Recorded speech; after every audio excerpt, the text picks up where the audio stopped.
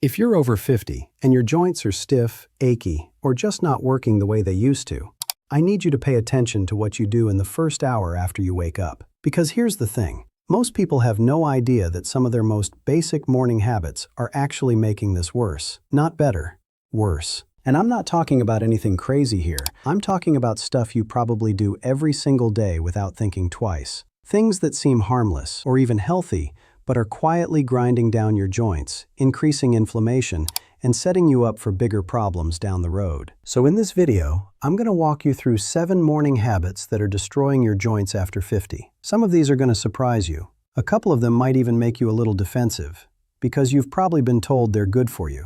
But stick with me here, because once you understand what's actually happening inside your body, you're going to want to make some changes. And the good news? Most of these are easy fixes. Let's get into it. Okay, so before we get into the habits themselves, I want you to understand what's actually going on inside your joints. Because once you see this, everything else is going to make a lot more sense. So your joints, your knees, your hips, your shoulders, your fingers, they're not just bone meeting bone. There's cartilage in there, which acts like a cushion. There's synovial fluid, which is basically lubricant. And there's a whole system designed to keep everything moving smoothly and absorbing impact. Now, here's what happens after 50. Your body starts producing less of that synovial fluid. The cartilage you do have starts to thin out, and your joints become way more sensitive to inflammation. Way more. So, things that didn't bother you at 30 or even 40, they start to add up. They start to matter. And this is the part most people miss.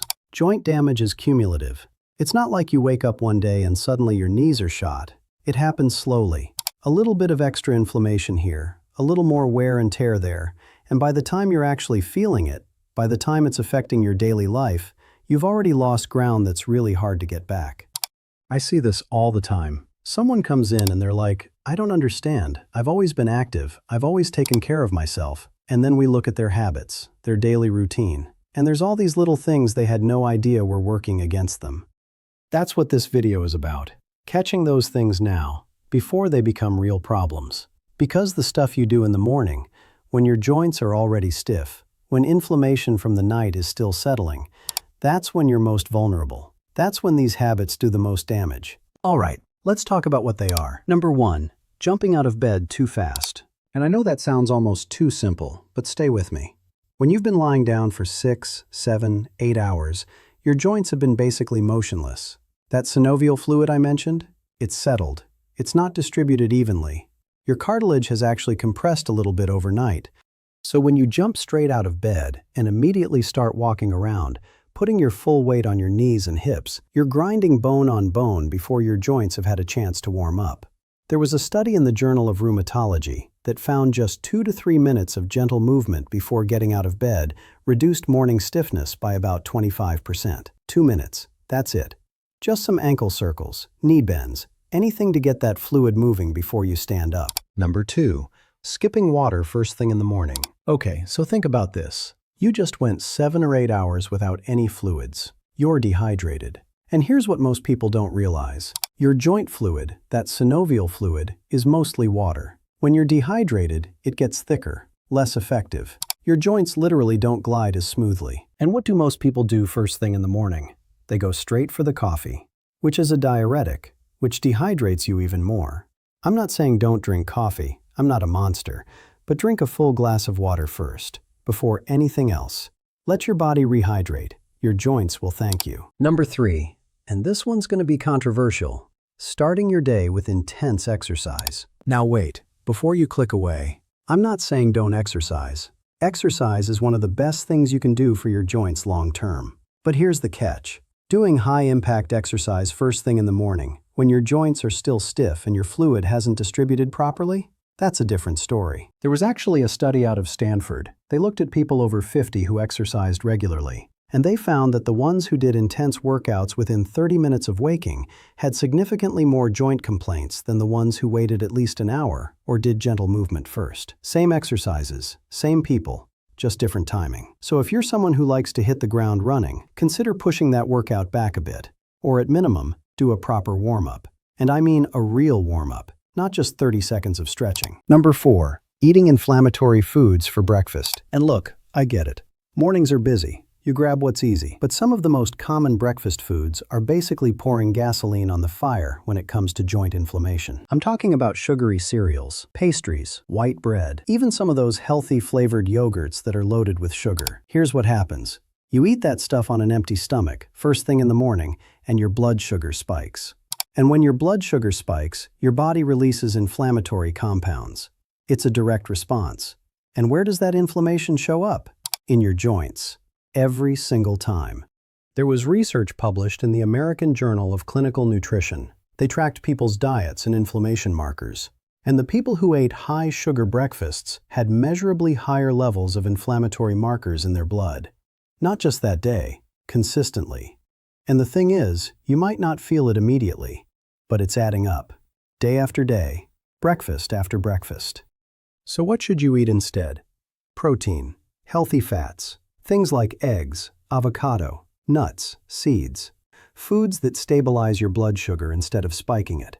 Your joints notice the difference, I promise you. Number 5. Sitting in the same position while you drink your coffee or read the news. This is a sneaky one. You wake up, you shuffle to the kitchen, you sit down at the table or on the couch, and you stay there for 30, 40, maybe 60 minutes. Not moving, just sitting. And I know, you're easing into your day. It feels relaxing. But here's what's actually happening. Your joints are stiffening back up. That little bit of movement you did getting out of bed, gone. Your hips are flexed, your knees are bent. Everything is locked into one position. Now here's where I need to be real with you. And I'm not saying this to scare you, but I need you to understand what's at stake. 5 years from now, 10 years from now. If nothing changes, if you keep doing these things every single morning, this is how people end up needing knee replacements, hip replacements. This is how someone who is active their whole life ends up struggling to walk around the block, struggling to play with their grandkids, struggling to get out of a chair without pain. I've seen it happen. I've talked to people who said, I wish someone had told me this 10 years ago, and that's why I'm telling you now, because it doesn't have to go that way. These are fixable habits, but you have to actually fix them. Number 6. Wearing unsupportive footwear around the house. This one flies under the radar for a lot of people. You get out of bed, you put on those flat slippers or those old flip-flops, or worse, you just walk around barefoot on hard floors. And you don't think anything of it. But here's the problem. Your feet are the foundation of your entire body. When your feet aren't supported, your ankles compensate. Then your knees compensate. Then your hips. It's a chain reaction.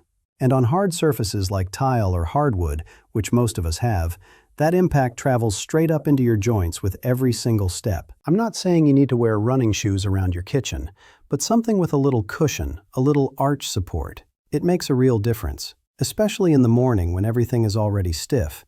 This is one of those small changes that people notice almost immediately. Number 7. Ignoring stiffness and pushing through it. And this might be the most important one on the list. Because a lot of us, especially if you've been active your whole life, you've got this mentality of just push through it, tough it out. Stiffness is normal, right? It's just part of getting older. Actually, let me be careful here. Some stiffness in the morning is normal. But there's a difference between a little stiffness that works itself out in a few minutes and stiffness that lingers for an hour, or stiffness that comes with pain, or stiffness that's getting worse over time.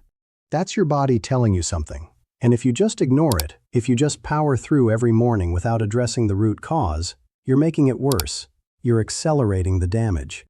So pay attention. Take your morning stiffness seriously, not with fear, but with awareness. Use it as information.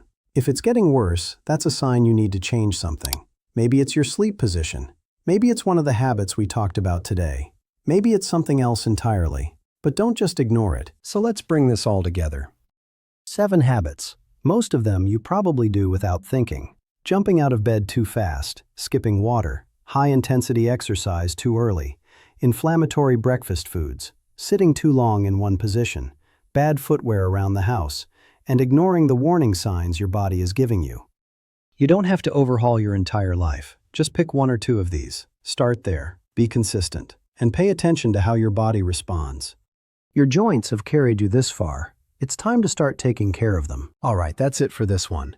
If you found this helpful, hit that subscribe button. I put out new videos on this stuff every week.